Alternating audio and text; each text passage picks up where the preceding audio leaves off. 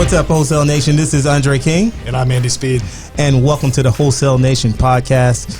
For those tuning in, if this is your first time, this is a podcast where we give away all the nuggets. We leave nothing on the table. We let you know anything and everything you need to know about wholesaling.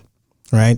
And then, for as Andy and myself, we are the proud owners of Draco Properties, the only wholesale company you need to know in the great state of Texas. So if you need deals that need to be moved or you have deals we're interested in buying. All right. And then also, Andy, I know you've been looking at the reviews and things like that. If one way to be able to help us out is to be able to go in, hit the like and share button and share this with some people, right? If you know someone who may benefit from this, let them know and share this video with them and also this podcast. All right. Before we get started on today's topic, we'll get started with you, Andy. So how's the week been going? What's going on new in the world of Draco and Wholesale Nation? In the world of Draco and Wholesale Nation, not a whole lot for me. You know where I'm at. I've been working on other projects outside of that. So we are making some progress on our app. We're in beta testing now. We've got 6 beta testers running. What you said an app, but it sounds mysterious. So it is a driving for dollars app. It's a process-driven driving for dollars app. I like that. We're in the testing phases right now. We should be live within the next 3 to 4 weeks for sure. Right. And that's exciting. I know, especially for someone just getting started, if you really want to save some money, that's probably the best way to be able to get a lead is through driving for dollars versus having to get the lead that everyone else has. All right. So looking forward to that. What else? Sean Terry's coming into town April 16th. So that was confirmed in the last few days. That's going to be a big deal. Right. Sean has definitely poured a lot of value into our business. If you don't know who Sean Terry is, look him up. Flip to Freedom is his Instagram. Right. He's got a great program out there. So, check him out for sure. But he'll be in Houston April 16th. He'll be on the podcast. And then he's going to do a special Wholesale Nation meetup with us. So that's another big victory for me from the last week. And then the third is, we've got the title company in process. Right. So working on opening up a title company. My last focus would be getting our apartment complex that we just bought up and running correctly. Mm-hmm. So that's we're making some progress there as well. Right. We've upped the rent. After March 9th, we'll have 100% occupancy, which is a big win for us because we've adopted it with 5. 5 out of 32 units is a pretty significant number. Right. Rent's going up. Everything's looking good there. No major issues week to week. We've got the property manager that we're working with, and they're starting to know how we think. We're starting to know how they think. Right. We're putting, making an investment of $8,000 tomorrow. By the way, we're making an investment of $8,000 tomorrow to put in to get some water savings. We pay for the water in this complex, and so we're putting in the low flow toilets and aerators in the sink, etc. So $8,000 for 32 units isn't a bad deal. Yeah, it's not a bad deal. And if those don't know it, does this fall into supply chain management? Not necessarily. Okay. No, but looking for opportunities to improve is definitely something that's in my core. Right. From supply chain management, you're always looking for ways to do things better, more efficiently, work a little bit further across the supply chain. So maybe the relationship stuff that I've been doing is a supply chain driven function. Yeah, I noticed that your spidey hair starts standing up when you start talking about it. I get excited. I get excited about saving costs. Well, if we can spend $8,000 and save $8,000 a year, right? I mean, that's a no-brainer. Yeah. Who would say no to that? No one. Yeah. And, I am getting a little excited about being able to have these conversations and make these decisions on a larger scale, because you can't do that in single family. You're not going to go through and change out the toilets in all your units, et cetera. But for us, we're looking at 32 units that are all side by side, $8,000 to save, at a minimum 5 to 6 per year. Right. That's pretty significant. It's more like a business versus just a bunch of houses, basically. Right. Exactly. And you get to think about it a little bit differently. So I'm pretty excited about what's to come. And, if you do have any apartments out there that you're looking to wholesale, we're looking to buy 1 a year. Right. Is our goal, sub 100 units. We'll up that goal if we can. We just didn't want to get too audacious. There you go. So busy man over the past week, keeping things rolling. Like you said, if you have not checked out Sean Terry, I will tell you that's one of the first people that that I saw in this market. The first person I saw in this market on YouTube. He's probably the first to start podcasts and things like that. And I've been listening to him for a long time. When I first heard him, I thought he was fake, right? Because I was like, there's no way this guy is this excited all the time, right? And of course, we had the luxury, or whatever you want to say, the pleasure of being able to spend some time with him over the last several years. We were in a mastermind together, and he is that person, right? Very genuine person. He actually wants to help people, and that's what it's all about, and that's what Wholesale Nation is about, right? It's being able to help people, and I think that he brings he's one of those people that can come into town and be able to add to what we're already doing out here, right? So definitely appreciate him for coming into town here in the next month. So that's gonna be coming up here pretty fast, right? And then of course here in Draco, we're just humming along now. I think we've gotten a lot of things figured out for us buying over the phone now. Now is to bring in the dough. Right. We've had a lot of things just kind of hanging in the air, but, just like anybody that's out there in the wholesale business, you're always going to have some bumps and bruises, right? It's what you do and how fast you get back up, right? And what you do when you get back up. And so that's what we've been working on over the last 3 or 4 months. So looking forward to 2020 and what we're going to do and where we're going to take this bad boy. All right. Yeah. One interesting thing that I discovered yesterday, because if you can't tell right now, Andre has basically taken over our wholesale business. And one thing that I observed yesterday for the first time, and I've seen it week to week, but we really didn't have enough large enough data set to really conclude anything. Mm-hmm. We're 3 months into the year and 5 months into buying over the phone. Right. The fact that we only have a 20% fallout rate is benchmark. It's absolutely benchmark. And it almost makes you want to question, okay, well, where are we leaving money on the table because our fallout rate is so low? But on that same token, our average hasn't been affected that much either. We've just gotten substantially more efficient. Mm-hmm. Now we can put a little bit more emphasis on more marketing, wider territory, and feel comfortable that we haven't completely screwed the pooch on converting to buying over the phone. Because our metrics are starting to show that we're performing at a pretty high level. Mm-hmm. And mind you guys, when we talk about data, you can look week to week at your closing percentage, but that really doesn't mean anything. Right. When I took over acquisitions, when you and I partnered up, I went an entire month without one contract.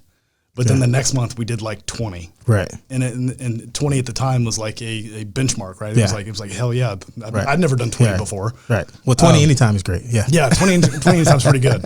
But we've got 5 months of data, and to sit back and look at how many leads we've moved through, how many contracts, et cetera, and to only have a 20% fallout rate. Right. That's pretty substantial. And congratulations to you and the team for achieving that. Right. And I'll tell you, everyone, it's been a learning curve. And just like Andy said, when that one falls out, right, it really hits the salesperson, right? And then the next thing you know, he doesn't want to contract something. So it's a learning curve, but we knew it was necessary that we needed to do in order to be able to grow and scale the way we want to. And so that brings me to, it's kind of a quick tip, but for those that are running a wholesale business right now, recently picked up a book. I just finished it called Clockwork. Same author as Profit First. And so Andy's talking about those, the KPIs and dashboards and things like that. And it talks about, having some main numbers, just, maybe 6 numbers that you look at, right? And those are the numbers where you look at and say, okay, what affects the main thing that we need to do, right? So for us, it's converting, right? So what's the main thing? And then if you see something wrong in one of those 6 numbers, and then you can dig deeper, but you got to have the stats on it. So, for our business, we've been spending time getting those stats down so that we make sure that we see things coming, right? And we're able to pull the right lever and make the right decisions. Okay. So that's what's going on in the world, Wholesale Nation and Draco Properties. So we're going to get into today's topic, right? So in order to get a deal, once you get a deal, you need to be able to sell a deal, and you need someone to close that deal for you. Right. So today we're going to talk about title companies. Not a sexy topic, but people always ask, like, what title company you use and things like that. You ask them, what is that? Yeah. Well, when I closed on my first house, I had no idea. Right. And when I actually got my first contract, I had no idea. Right. It was probably until my 3rd or 4th where I was like, you know what, I really need to sit down and try to understand this process. Yeah. Because the title company is not going to hold my hand forever. Right. But I was embarrassed to ask questions. So it's interesting. I know there's somebody out there that's like me that's embarrassed to ask questions about title companies. Right. I was embarrassed to act like I didn't know what I was doing because I had bought and sold a house before through a realtor. So, I mean, when selecting a title company, so when do you need to do that? Do you need to do it before you get your first contract, or can you do it after? You can do it before, but it doesn't need to be something that gets in the way of you marketing, right? I will tell you that I did not do that, right? So if I had to say, I'd be a hypocrite to say that I did a lot of research before on title companies before I got my first deal. But if you heard the last podcast, I'm one of those people that just start walking, right? And just start going and running. And what I did was I got my first contract, and then I jumped on like Bigger Pockets and asked what title companies are, because for like social media wasn't that prevalent as it is now, and so I jumped on and just asked people like, what's the most title friendly or investor friendly title company in Houston, and they gave me a bunch, right? And I just went to the one that had the most, right? And but yeah, I would say that. So the time to select a title company is before or after your first contract. Yeah. So it's not a showstopper. You don't have to go shop title companies. No. You can absolutely start marketing, even get as far as getting a contract before you select a title company. Yeah, because you can move it, right? If for whatever reason that title company can't do what you need to do, then you can move it, right? So the timing, I think that's going to be up to you on how you do it, but just you're going to need one that is investor friendly. Right. And so one key, yes, you can move it, but after listening to this, you will know this is what I need to find in a title company. That way, at least if you do move after the transaction, you can. Right. But with asking these questions, you'll know that you're working with the right title company. Yeah. Yeah. And so let's start with that, right? So that first one. So what would be the first thing that you would need to know from a title company then? As a wholesaler? Yes. One of the first questions that I'm going to ask is, do they know what assignment? Do they take care? Are they familiar with assignments? Do they work with investors? Mm-hmm.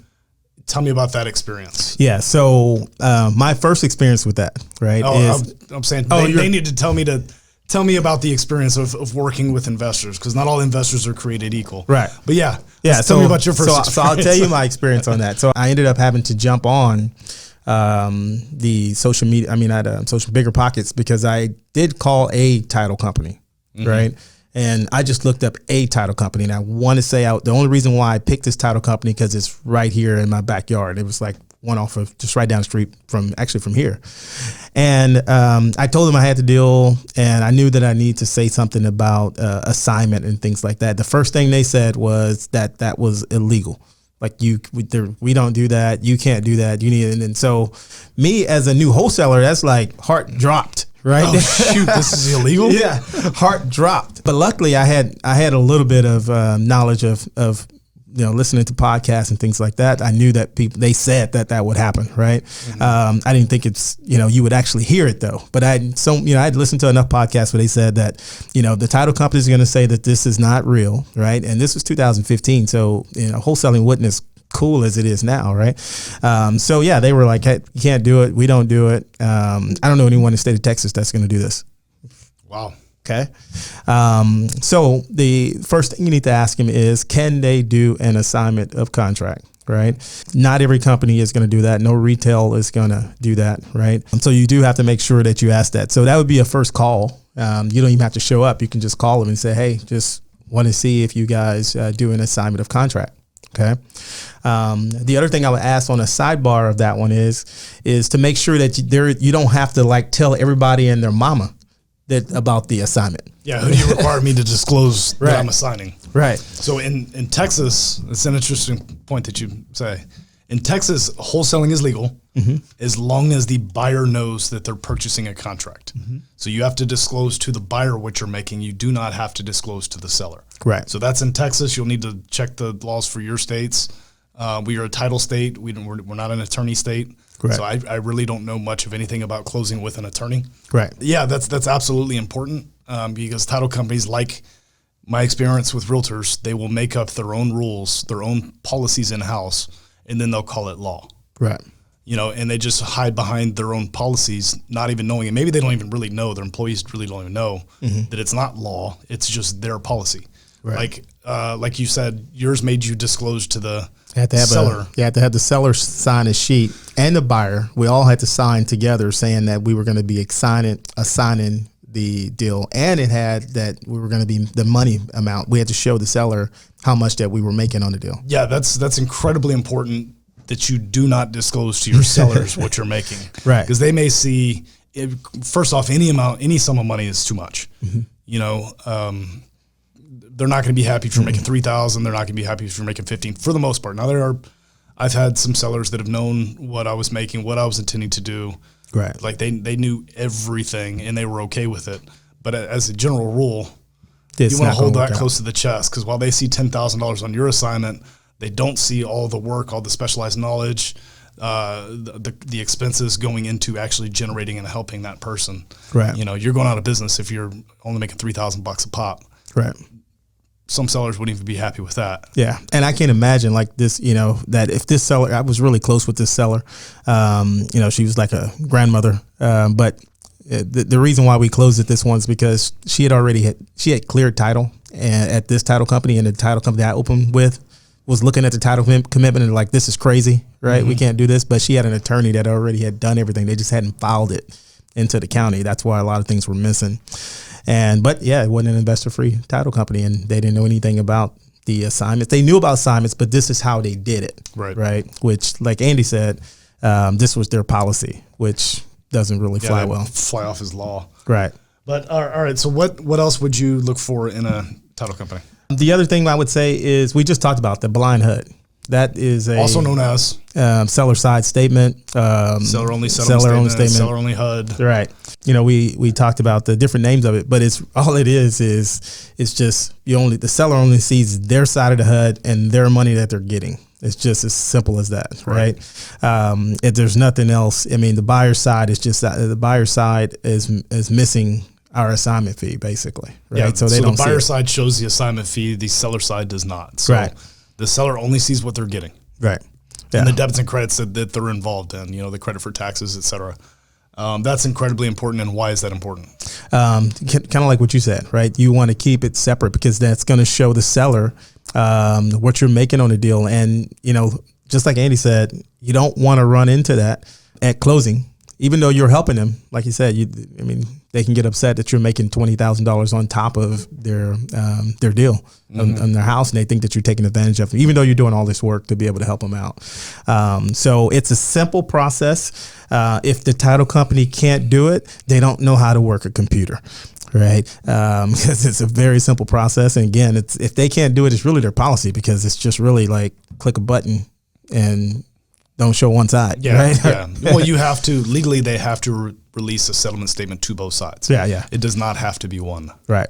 That's actually a conversation I had today with the title company that I was interviewing. Right. And I even like now, like when they, some of the companies that are doing, like especially here in Houston that do higher volume, ours will do it, when they just give you a statement, which is even better, right? Because it's just a one pager and anybody can read this thing. It makes it, I think that's the one where the sellers are even more at ease, because it's just a one pager and it just looks like an invoice, right? Versus the one where you got to add and subtract, right? I said, I got pluses over here and I got minuses over here, and you got the full HUD statement. That can be a lot confusing. So I like the ones that actually have the actual statement versus a full HUD, which you can't it's a lot really easier understand. to read. Yeah. Not required, but you will miss things on the debits and credits method. Right. Or have to do your math more than once. Yeah. Yeah. So one thing that's not as common that I would talk to a title company about, and maybe not right away, but if I'm dropping off a file that there's any suspicion that this thing is going to be hairy, whether it's, death in the family, maybe taxes over time, maybe an owner finance issue gone wrong, I'm going to ask some questions about when they're going to actually send off for the title commitment. Yeah. So there is a larger quote unquote investor friendly title company here in Houston that does a phenomenal job in every regard, except for one thing that always drove me nuts and actually drove me away from using them. They would take and hold the purchase agreement for up to, until it was basically 2 weeks before it was time to close, because they knew that it would take them a week to clear or a week to get all their process done. and then we would have a week of fluff time to get everybody coordinated, et cetera. Right. The problem with our business is sometimes it takes more than a week to clear some of the issues that arise when we do get the title commitment back. Right. So that's, the question that I would be asking the title company is when I open up title, are you going to send off for the title commitment right away? Mm-hmm. And 2, how long is that going to take? That's a big one. That's a huge one. How long is it going to take to get it back? Because I think you were being nice when you said that they don't submit it. I think there may be some that we've dealt with where they submitted it and they actually had the title commitment, but they hold it because they know the day that they send it out. Here we come, we're like, okay, what do we need? We need to close. We need, and we need this. And for them, it's the 29th of the month, right? They already got their month ready and in the books, right? They got tons of closing that they've already lined up, and they're thinking, well, we show them this thing on about the 1st, and that'll be for next month's goals, right? Yeah. So I think that may be the case with some of them, is that they're just holding it back. Mm-hmm. But yeah, you don't want to deal with that title company. It could be that they're understaffed, might be some of the issues that's going on. So especially with one that's very busy. So really, that's the 3 questions that I would ask when selecting a title company. Now, arguably the most important is, where do you find them? Right. Like, where would you go? You're new to the marketplace. Where are you going to find these title companies? Yeah. So first thing I would do is if you go to meetups, right? And before you even go to meetups, I would say go to the at least in Houston and most cities, you got social media groups with wholesalers that are already in it, and just make that post. Who would you recommend? Who's the most investor friendly title company that you work with? That's in my area, and you'll get a list of people, right? There's a lot of great companies out there. Yeah, for sure. Well, if I see that post, I'll put ours up there. Yeah. There are some people that will hide their title companies because they know that they have a limited amount of bandwidth. Yeah. And they want to, keep their deal as the priority. Yeah. The way that we feel about that is we share openly. If somebody asks us, who we use Momentum Title, right, in Vintage Park. Fortunately for us, we do have our own escrow assistant there. Right. That I don't know does she still exclusively work on our files? Mm-hmm. Okay. I know at one point she did. I didn't know if it was still the case, but doesn't affect us at all. Right. But either way, they do a great job. We clear our own title. Right. They're not doing a whole lot with regard to airships and whatnot, but we do deal with some hairy characters that they put up with for us, and we're eternally grateful. If you call yourself an investor-friendly title company and you're not used to dealing with interesting folks, you're probably not that investor-friendly. Yeah, because every deal is going to have something, right? And every person is going to have some issue, is what we're finding out. So it's that simple. If you are new to a market, just go to your local Facebook groups and ask who's investor-friendly. Now, you might still consider asking the questions that we've gone through, because not all investors are created equal. So as a wholesaler, you're going to have some hairier issues. The title commitment specific one is a big one. The double assignments, if you were to do more than one assignment, could they handle that? Right. I know you had some experience with 2 different title companies within the same month on 3 different files. Right. Well, first of all, what is a double assignment? So, Andre, you've got a house, you assign it to me, and then I reassign it to somebody else for a higher fee. Right. Yeah. And for whatever reason, the title company, the first title company that did this said they couldn't do it, right? It's not legal. It's not legal, but it's just, the common sense tells you can do it, because you're just assigning and signing, and then here's a buyer, right? But they couldn't do the math, right? Well, the deposits is what screwed them up. Because the deposits messed it up. We were supposed to make 13. Yeah. We were already invested 5, right, and they were trying to give us 8. Yeah. It's like, no, we've already given you 5. They couldn't get that part. Yeah. It's like because we had 2 deposits. We had a deposit that we had given to the wholesaler, the guy that was wholesaling to us. Right. And then on the back end, we had a buyer who had also given a deposit, I think, directly to us or something like. It was something like that. I can't remember the scenario. But they gave it to title. They gave it to title also. Yeah, they gave it to title. That's what was mixing it up. So we gave it directly to the wholesaler. They gave it to title. Yeah, and then we're supposed to, at the end of the day, we were supposed to make $13,000, and they were basically saying that we should get 8, and it's like, well, we've already paid 5. Yeah, we gave out 5. Now that means we would actually make 3 on this deal. Right. if you just gave us 8, and they couldn't get it. Yeah. But you might have to go all the way down to the closing table with the company just to make sure that they can do math. Right. And I started to write out a word problem for that. Yeah. I remember hearing you talk to them when you were on the phone for an hour trying to explain basic math to them. But, probably won't use them again. Yeah. But at the end of the day, everything else that they provided was fair. Yeah, they were a good title company after that. They couldn't do math. I mean, but you would think that's kind of a big deal. That's kind of a big deal. Kind of a big deal. Yeah. So you handle transactions all day. Well, guys, don't let. I think you can tell from what the 27 minutes, and we talked about several other things, that don't overthink your title company experience. Just go to Facebook, ask locals. You do want to ask those questions, right? Ask if you go to your meetups, any meetups in your area, look and see if there's somebody that's a vendor. Usually that person that's a vendor is probably going to be one of the investor-free title companies as well. You probably find, what did I say? Investor-free. You've said it like 3 times. Yeah. I'm trying to get investors to give me something for free. I don't know what that's about. Investor, give me something for free. Yeah. So investor-friendly. They'll be there. And it may be one of the top ones that are there in your area that are advertising. And so check that out. I will give you this. I'm actually going to give you one quick nugget before we get off of here. If you're going to get your first one, though, if this is your first deal and you're going with your title company, I know that sometimes we get tired of people posting checks and we're like, why is this guy getting checks still? Right? He's been in the business for like 10 years. He's getting a check every day, and that just not that it just doesn't make time sense to get a check, but what I would do if it's on your first deal, go get the check. All right. That's what I did. Fun. Yeah. Go get the check, have some fun, take a picture. It's, you got it done. That's what I did. Right. Take a bottle of wine, whatever you need to do, celebrate. But then after that, get you a wire. Right, you got better things to do with your time than run into $15 and get your wire. Yeah, pay your $15. Go talk to a seller versus showing up to the title company every 5 minutes, wasting their time, right, and getting a check. But so that's just a quick nugget for today on what to do with that. When was the last time you went to the title company? I don't go that often. It's been a while. Maybe 2 weeks. I went for a party. Is the only thing I went for. So. No, that was 2 months then. Yeah. We were in February. Yeah. Oh, yeah. It's been 2 months then. So it was the day before Thanksgiving is the last time I was there. Yeah. Yeah. We don't go pick up checks. Yeah. If you got a good title company, you shouldn't have to go to them, right? Yeah. We have a transaction coordinator that probably goes, more than that. But we don't, even then, I don't think we would have to go that often. They're really good at working with us. We just write them a stack of $10 checks, drop them off, and let them fill out the date. Yeah. As we drop off earnest money. Right. That would be nice. Yeah. Yeah. So I thought we did that. No, we don't. We used to. Yeah. But we don't do that anymore. We got Javier that goes.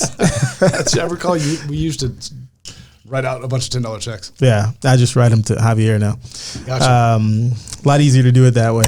But right. That's it. Anything else we had on that? No. I think that's really a wrap. That's the main thing that you need to know if you're looking for an investor friendly title company. And again, if you're listening to this, one thing you can do to help us out is give us a review, give us a thumbs up if you like it. We do like 5-star reviews, but you can give us whatever you want to give us. It definitely helps us out and help us rank.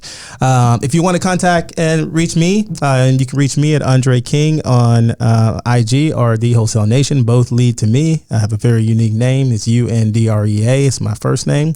And then Andy, you can reach him at _Andy Speed _. There we go.